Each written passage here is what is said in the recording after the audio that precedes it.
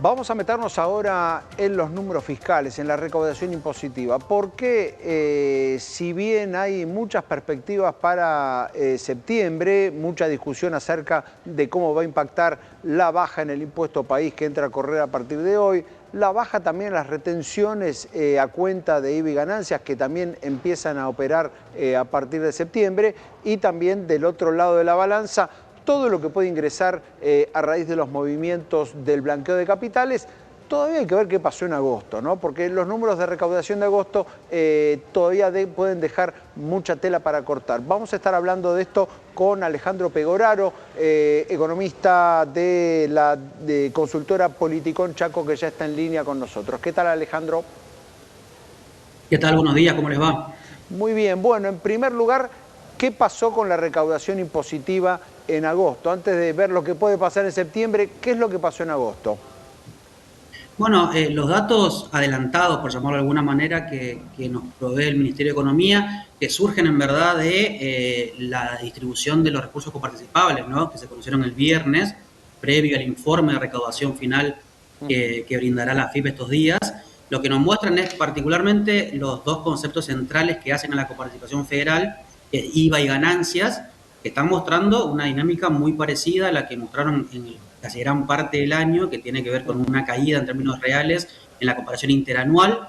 El impuesto a la ganancia, que es el que viene cayendo obviamente de forma más significativa, cayó casi 26 puntos en agosto, mientras que el IVA, que bueno, como todos sabemos, ¿no?, de alguna manera el termómetro del consumo en la Argentina, tuvo una caída cercana al 15% en términos reales interanual en el mes de agosto. El IVA viene cayendo en todos los meses de lo que va del año. Ganancias tuvo una suba únicamente en mayo, que estuvo traccionada por el balance de empresas con activos en dólares, como seguramente lo han hablado en su momento, pero en términos globales la situación sigue siendo contractiva. Si bien, si uno quiere ser algo optimista de alguna manera, la recaudación de agosto, tanto de IVA como de ganancias, tuvo un crecimiento real contra julio, obviamente que sigue estando en niveles bastante por debajo del año pasado, y es obviamente que resiente la recaudación general por un lado y también lo que tiene que ver con los envíos por coparticipación federal. O sea Después hay que otros en esto, componentes. Alejandro, se repite la discusión que el gobierno siempre pone sobre la mesa en muchos otros temas, digamos. Los números claramente son negativos en la medición interanual, o sea, claramente estamos por debajo del mismo mes del año pasado, pero va mostrando que se encontró un piso y hay una leve recuperación, muy leve recuperación, en el análisis intermensual, es decir, contra el mes anterior.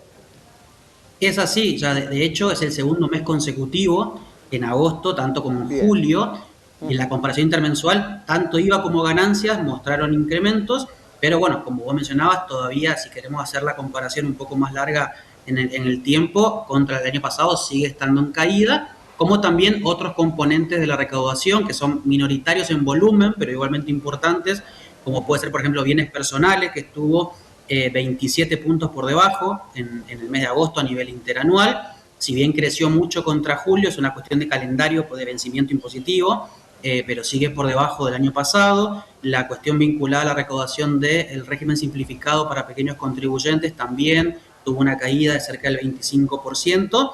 Y el único dato positivo, por lo menos hasta ahora, que podemos marcar tiene que ver con el incremento en el impuesto a los combustibles líquidos, que creció 43% en términos reales, siendo el único componente hasta los que ahora tenemos información que surgen justamente de la masa de recursos que después van a ser las provincias, que es el único componente que te decía que es el que tuvo incrementos interanuales en el mes de agosto. Claro. Desde el gobierno celebran estos números porque ellos se basan en el intermensual, ¿no? Y un intermensual que viene creciendo cuando en la primera parte del año, ¿no?, en el primer semestre del año venía cayendo, ¿no? Se revirtió la tendencia ya desde el mes pasado, donde de a poco se ve una leve recuperación. ¿Qué crees que va a pasar ahora con la baja del impuesto país?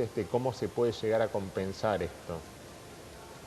Bueno, la baja en impuesto país está de alguna manera sostenida en términos de proyección recaudatoria en cierto optimismo o cierto escenario, mirada optimista vinculado a otros conceptos que están más atados al consumo, como el IVA, que como mencionaba vos, ¿no?, viene mostrando recuperaciones intermensuales que no alcanzan a cubrir todavía la caída del año, pero que está mostrando una recuperación.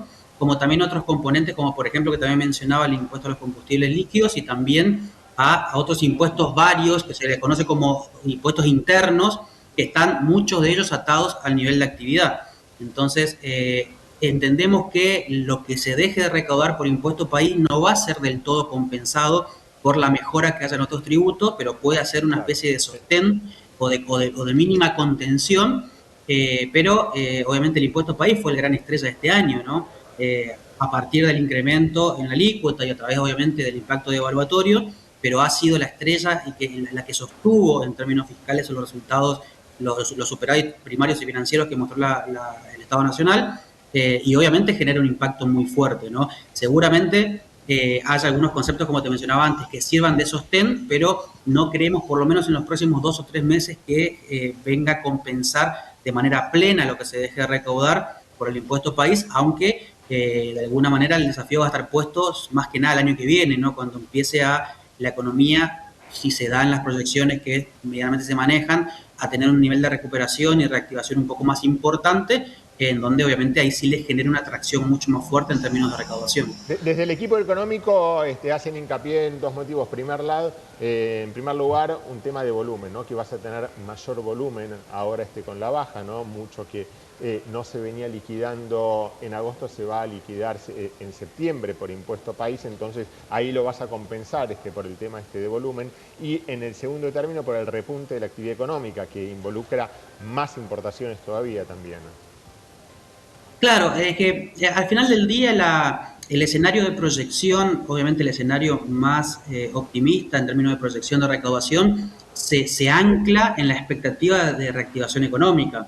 Ahora bien, si bien hay algunos puntos en donde uno puede llegar a pensar que ya tocamos un piso y que empiezan a haber mejoras leves, pero paulatinas a lo largo de los meses, bueno, uno podría llegar a la conclusión de que efectivamente la proyección esa sea real, sea certera y que termine compensando justamente la balanza recaudatoria y no generándole pérdida de ingresos al Estado Nacional. Pero obviamente en la Argentina estamos plagados de ejemplos de volatilidades, sobre todo en la macro, que impactan luego en la micro, y que eso genere ciertos retrasos eventualmente o estancamientos en los procesos de reactivación. Todo nos indica que debería continuar este proceso paulatino de mostrar mejores números de un mes a otro, en la comparación intermensual, mostrar ciertas mejoras, pero como te decía, está anclado en la proyección altamente optimista de continuar un sendero de reactivación que sea sostenido y que se vaya profundizando, sobre todo hacia finales de año, una vez que terminen de corregirse ciertas variables de la macro que todavía están de alguna manera en desequilibrio, pero en proceso de corrección. Bien, Alejandro, por último, recién mencionábamos el tema del fin de las retenciones a cuenta de IVA y ganancias para los pagos electrónicos, lo que anunció el gobierno hace un par de semanas atrás y que ya empezó a correr vigencia a partir del mes de septiembre. En esa medida, el gobierno invitó a las provincias a hacer algo similar con el impuesto a los ingresos brutos, que es la guillotina para cualquier comerciante o pequeño empresario, digamos. Es una de las quejas centrales, un impuesto que se repite a lo largo de la cadena y demás. ¿Crees que puede pasar algo con eso? ¿Crees que hay provincias que pueden subirse a esto y recoger el guante de la oferta que hizo el gobierno nacional? En términos generales, uno no ve que haya un incentivo a las provincias para que hagan esto, ¿no? Estamos en un escenario de marcada contracción de los ingresos a las provincias por coparticipación, por transferencias nacionales que se recortaron, por caída de la recaudación propia, de hecho también. Entonces no hay incentivo desde el punto de vista recaudatorio para que las provincias se sumen a esta movida, más allá de que compartan en el concepto, ¿no? Ahora, seguramente muchas de ellas usarán este argumento para manifestar su voluntad de hacerlo una vez que la recaudación comience a mostrar recuperación, entonces que le dé un margen de alguna manera para poder implementarlo, y otras tantas seguramente no se sumen a la movida. Claro. Hoy por hoy lo único concreto es que en la provincia del Chaco particularmente, el fin de semana se anunció que esta semana va a entrar a la legislatura provincial un proyecto para sumarse a justamente el fin de las retenciones al impuesto de la ganancia, en este caso, perdón, al impuesto de los ingresos brutos. Hay que ver si prospera en la Cámara Provincial. Uno entiende que sí, porque tiene mayoría de los oficialistas, pero fuera de ese caso particular todavía no hay nada nada concreto en las provincias, pero como te digo, si se suman provincias van a ser seguramente una minoría y muchas de ellas argumentarán seguramente Claro. que una vez que la recaudación se recomponga, bueno, avanzarán en ese aspecto. Bien, claro. Lo que sí está claro es que es difícil estar en contra de lo que dice el gobierno en este caso. Digamos, son impuestos que para el comercio y las pymes siempre se sabe que esas retenciones a cuenta tienen un costo financiero muy alto. Alejandro, muchísimas gracias por este análisis. Muchas gracias a ustedes. Alejandro Pegoraro, de la consultora Politicón Chaco, dando una impresión sobre lo que pasó con la recaudación impositiva en el mes de agosto. Para el mes de septiembre se sabe mucho por delante, la reducción del impuesto país y de las retenciones a cuenta, pero también el ingreso de lo que tiene que ver con el blanqueo.